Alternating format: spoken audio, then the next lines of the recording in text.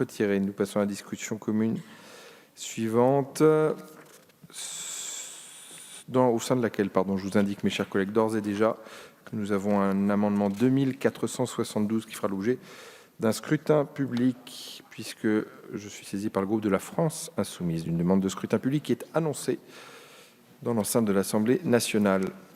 Sur le 2346, d'abord, Madame Janvier, Monsieur Fievé, le 2346, Monsieur Mbaye, est défendu. Le 2472 qui fera l'objet d'un scrutin public, Madame Panot, vous avez la parole. Merci, Monsieur le Président. Alors, c'est un amendement qui vise à mettre en cohérence la possibilité pour une personne transgenre de conserver ses gamètes et la possibilité de les utiliser ultérieurement en vue d'une PMA. Il n'y a pas de sens à cette autoconservation si ce n'est pour pouvoir ensuite donner naissance à un enfant sans avoir recours à un tiers donneur dans un couple de femmes, par exemple, où l'une est cisgenre et porte l'enfant et l'autre est transgenre et a pu conserver ses gamètes. Pour répondre à d'éventuelles contre-argumentations qui seraient données à cet amendement, je rappelle qu'une étude a été menée par David Cohen et Agnès Condat, l'étude Myosotis, sur le développement psycho-affectif des enfants conçus par assistance médicale à la procréation dont le père est transgenre, et a montré que l'identité de genre des parents n'a pas d'impact sur l'épanouissement des enfants et que la transidentité n'était en aucun cas une contre-indication à la parentalité, pas plus pour les hommes que pour les femmes.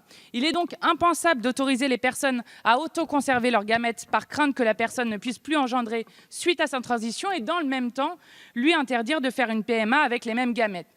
Donc, si nous n'autorisons pas ça, chers collègues, cela veut dire que nous inscrivons dans la loi une discrimination selon le sexe à l'état civil, puisqu'une femme transgenre qui n'aurait pas fait de changement à l'état civil pourrait utiliser ses gamètes dans un projet de PMA, alors que la même personne ayant fait son changement à l'état civil ne le pourrait possiblement pas. Les personnes transgenres n'ont pas à être placées devant l'alternative terrible entre la parentalité et la mention à l'état civil qui respecte leur identité de genre, au nom d'une conception trop rigide de l'identité de genre. Je vous remercie. Merci, Mme Panot. Nous avons un amendement identique 2473 de Monsieur Lachaud.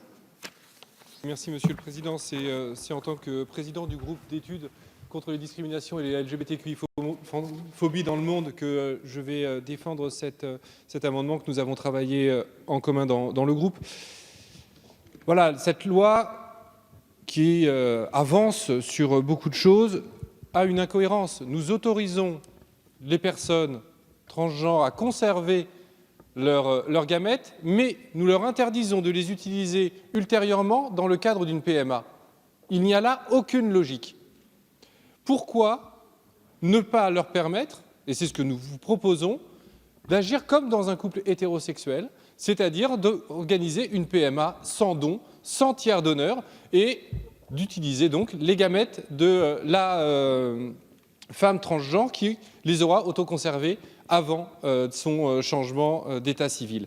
Il y a là une question d'égalité, d'humanité. Pourquoi demander à un couple qui pourrait bénéficier d'une PMA sans tiers donneur de recourir à un tiers donneur?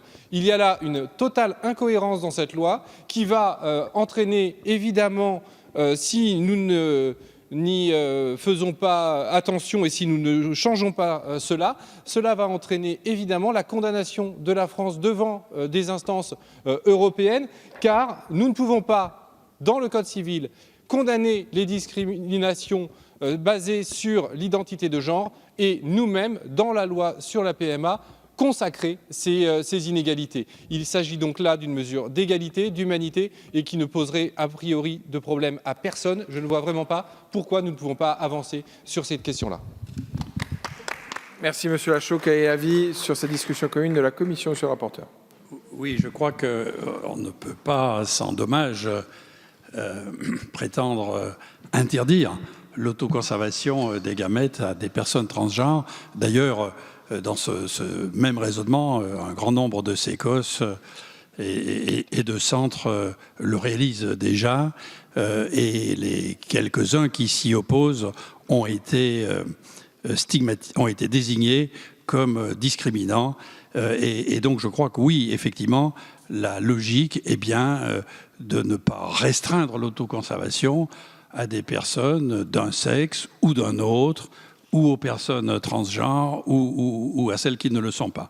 Donc l'avis est effectivement favorable, faute de quoi, naturellement, on risquerait des poursuites significatives. Merci beaucoup. Monsieur le ministre, quelle est la position du gouvernement? Merci, Monsieur le Président. Madame la députée, Monsieur le député, vous souhaitez que la loi précise qu'une personne transgenre peut conserver ses gamètes.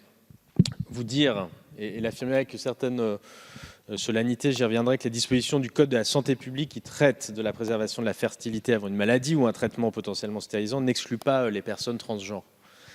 C'est l'article L2141-11 du Code. Le défenseur de droit l'a d'ailleurs rappelé dans son avis du 22 octobre 2015, l'a confirmé. Ces personnes peuvent être accueillies et prises en charge pour conserver leurs gamètes dans les centres de préservation de la fertilité. C'est l'état du droit, je l'affirme, c'est clairement ici. Et si dans la pratique il devait en être autrement, un rappel des règles sera transmis au SECOS. Il n'y a donc pas de raison, si c'est bien ça, la question de la conservation, je vous parle de la conservation des gamètes. Il n'y a donc pas de raison de cibler spécifiquement cette situation dans la loi, puisque le cadre actuel le permet déjà.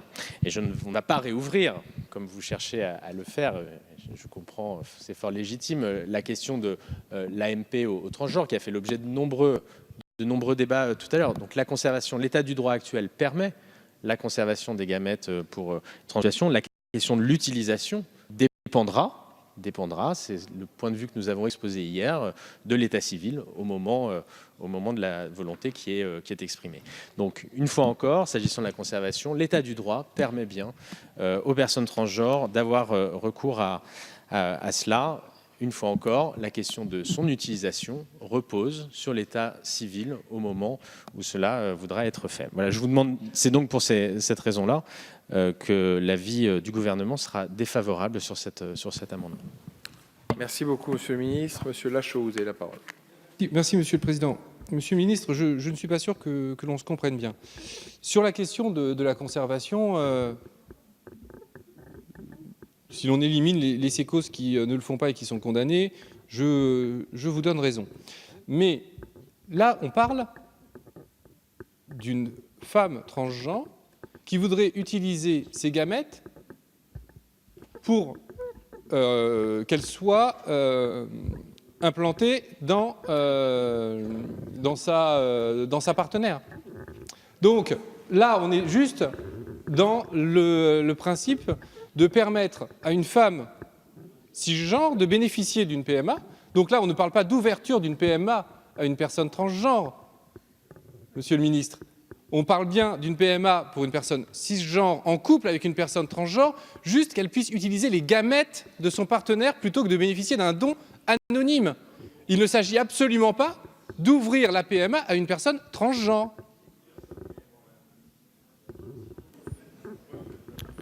Merci, Monsieur Lachaud. Madame Obono, vous souhaitez intervenir?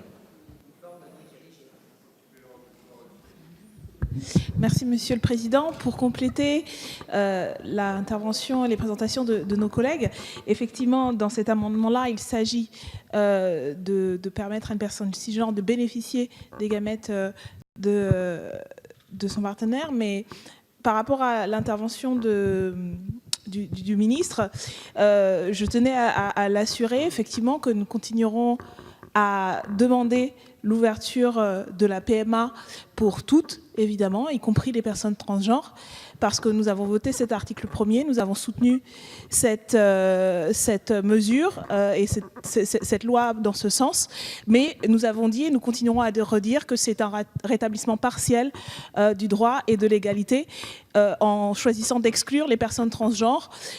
Vous reculez, je ne sais pour quelle raison, un oubli ou peut-être des oppositions internes, mais il est dommageable que vous ne fassiez que ce petit pas ou ce pas à moitié.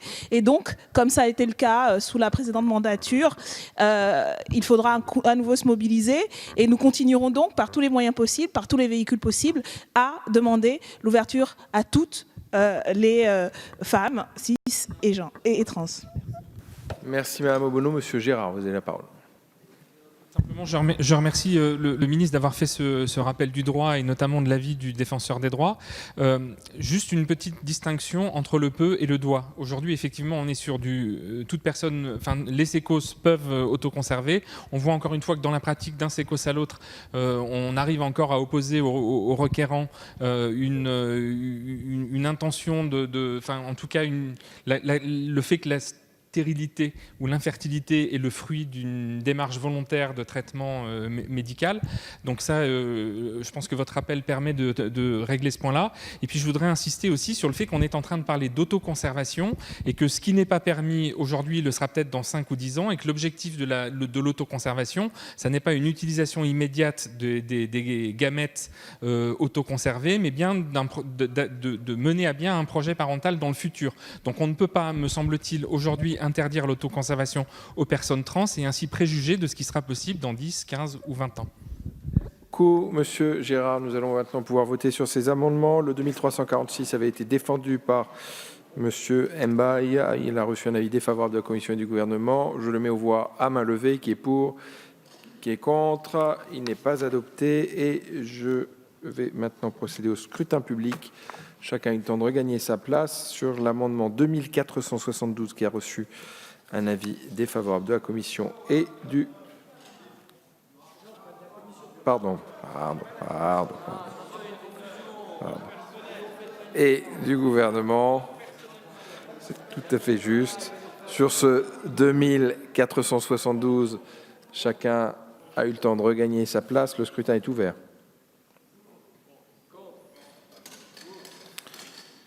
Le scrutin est clos. Voici le résultat du scrutin. 45 votants, 44 exprimés. La majorité est à 23 pour 16 contre 28. Il n'est donc pas adopté. Nous passons à l'examen du 1740. Madame Paul-Angevin, vous avez la parole.